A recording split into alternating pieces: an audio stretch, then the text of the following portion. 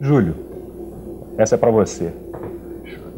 Nós podemos constatar nesses 13 anos, né, de criação de PCN, de SEBA, né, nesses últimos 15 anos, enfim, que o movimento tem crescido e se espalhado por todo o país, a gente pode citar, mencionar, observar um crescimento que não é só quantitativo, mas é também qualitativo, né?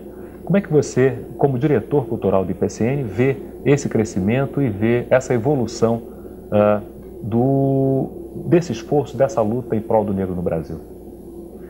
Bom, ela certamente é bem recebida por todos nós. A sociedade como um todo começa, inclusive, a se balançar mais com a visibilidade que o problema do negro começa a adquirir. Hoje ele é mais visível e mais sentido. Antes, hoje eu digo nos últimos 20 anos, antes ele era, digamos, inconscientemente manifesto, tanto para o negro como para a sociedade como um todo. Ou seja, a sociedade era muito mais inconscientemente racista do que hoje. Hoje o racismo já é uma coisa presente na consciência das pessoas. Já não se pode localizar, como antes, as atitudes quase que intempestivas e de exclusão do negro de maneira inconsciente, porque eu acredito muito nisso. Eu acho que tem duas dimensões de manifestação do racismo: um racismo consciente e um racismo inconsciente. O racismo consciente é aquele racismo, digamos, inseminado pela crença na superioridade absoluta da cultura e da raça branca, da cultura europeia expressivamente. E o racismo inconsciente é um racismo que passa de maneira sutil através do livro didático, principalmente o livro didático, passa de maneira sutil através dos hábitos e costumes que nas famílias são transmitidas para as crianças.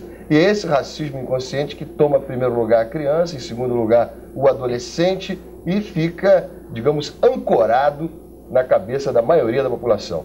A consciência dessa parte, desse pedaço que discrimina sem uma clareza maior do que está fazendo, está cada vez mais intensamente revelada.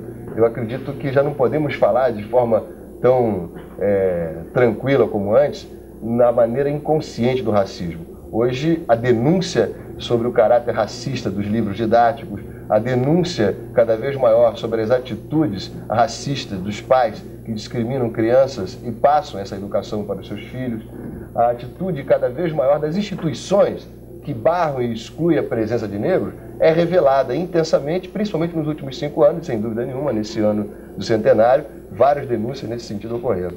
Então essa dimensão inconsciente está começando a desaparecer. E isso para você seria um grande reflexo da atuação do movimento negro? Sem dúvida. Eu acho que esse movimento ele não pode ser também reduzido, quando falamos em movimento negro, há uma tendência em se pensar nas passeatas e, digamos assim, nas atitudes propriamente de manifestação de rua. Não, o movimento negro, no meu ponto de vista, é uma coisa que toma não só o movimento de massa, o movimento social propriamente dito, como as atitudes individuais de pessoas que não estão no movimento, mas que estão desenvolvendo trabalhos seríssimos nas universidades, desenvolvendo trabalhos seríssimos dentro da própria mídia eletrônica. Um exemplo, esse tipo de trabalho faz parte de uma tomada cada vez maior do espaço antes controlado por esse racismo consciente.